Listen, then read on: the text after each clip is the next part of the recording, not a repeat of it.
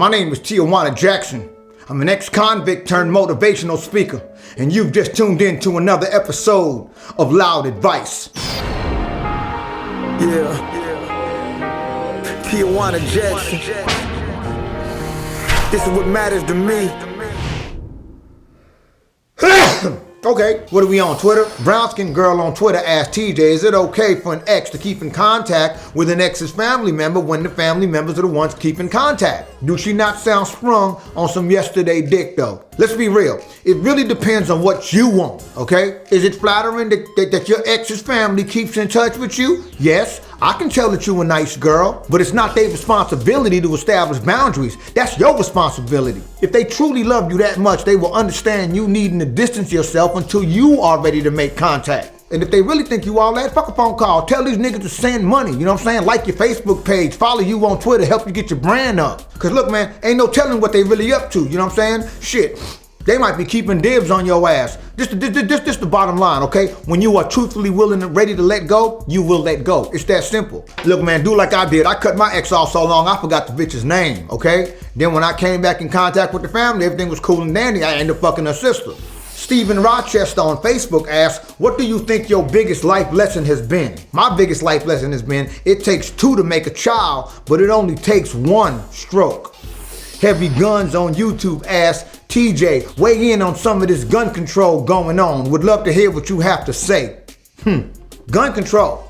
Well, where the fuck was you when they were sending troops into pointless battles in the Middle East? Where the fuck were you when Obama signed the National Defense Authorization Act? Where the fuck was you when they renewed the Digital Millennium Copyright Act, which made it illegal for a nigga to unlock his own fucking cell phone?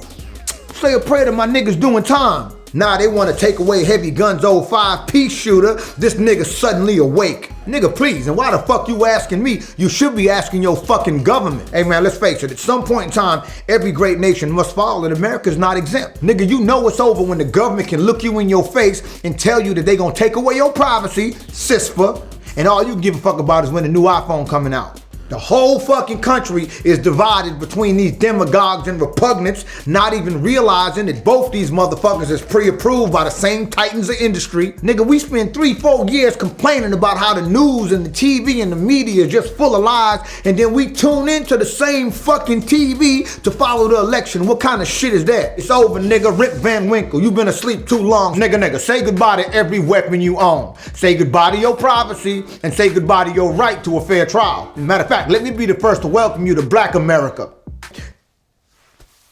Fuck.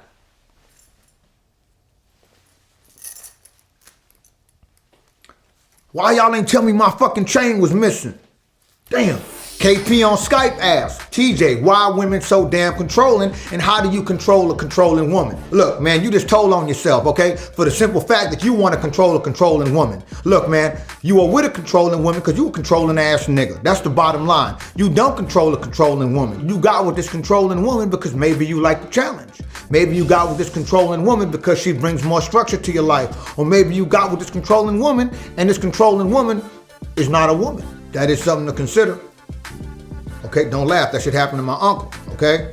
If she's controlling and strong and insists on anal sex only, the point is, either you can live with a controlling woman or you can't, okay? There ain't no changing nobody. That's the bottom line right there. If you can't hack it, nigga, put on your jacket and leave. Heard me? Because if you think you're gonna change her, you ain't changing shit. Only thing you should be changing is your fucking address.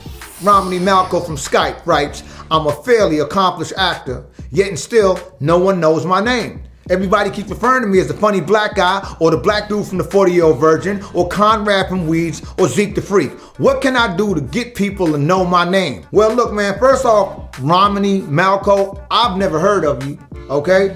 But if you say you're an accomplished actor, I'm gonna take your word for it. One of the things that you can do to help get people to know your name, nigga, is to get a simpler name.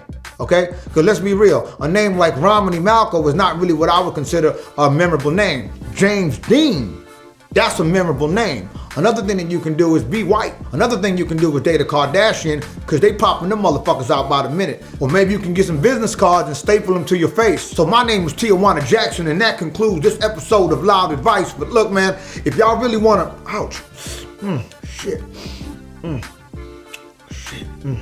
Nigga scratching his third eye. But if you want me to answer your question, feel free to drop one on Twitter, Skype, Facebook, Google Plus, or you can just knock one out in the comment box. I get back to you, man. And just because I'm working for these white boys don't mean y'all can't subscribe to my channel. Oh, softcore bullshit. Real chuck. Shit, nigga, put me in the gym with her for 3 weeks. I build a tool shed on that back. Just cause you slim don't mean you fit.